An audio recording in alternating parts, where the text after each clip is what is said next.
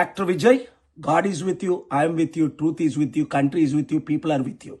I know justice will be done.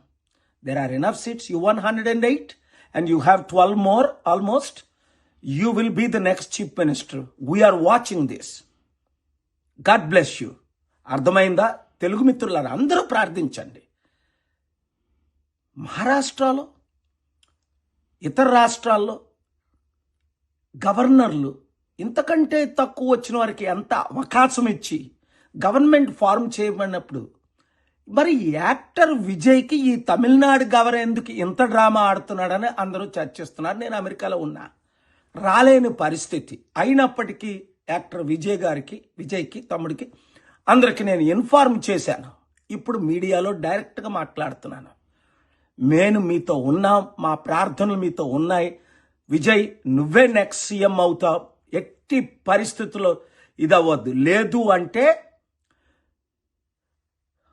Stalin party, Jayalalithaa party ఎప్పటి నుంచి 40-50 సంవత్సరాల నుంచి స్టాలిన్ తండ్రి కరుణానిధి,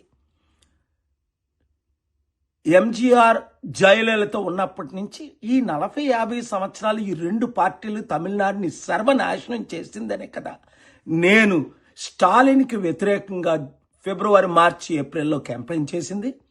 ఇప్పుడు మరలా ఎలక్షన్ జరిగితే 108 కాదు 188 సీట్లు విజయ్ గెలుస్తావు. నువ్వు ఎట్టి పరిస్థితుల్లో నిన్ను ఓడించినోడు లేడు. ఈ రెండు పార్టీలు ఏకమవుతాయట. అంటే ఇప్పుడు సెంట్రల్లో కాంగ్రెస్, బీజేపీ ఏకమై ఎప్పుడైనా గవర్నమెంట్ ఫార్మ్ చేస్తుందా? అలాంటిది స్టాలిన్, జయలలిత పార్టీ ఏకమై గవర్నమెంట్ ఫార్మ్ చేస్తారట. ఈ డ్రామాలు చెల్లనివ్వరు, ప్రజలు చెల్లనివ్వరు. ముఖ్యంగా తమిళియన్స్ ఎప్పుడు యూత్ 30% ప్రజలు తెలుగువారు, క్రిస్టియన్స్ ఉన్నారు. ప్రేయర్ చేయండి. విజయ్తోనే ఉన్నాం, నేను ఉన్నాను, మీరు ఉండండి, అద్భుతాలు జరుగుతాయి.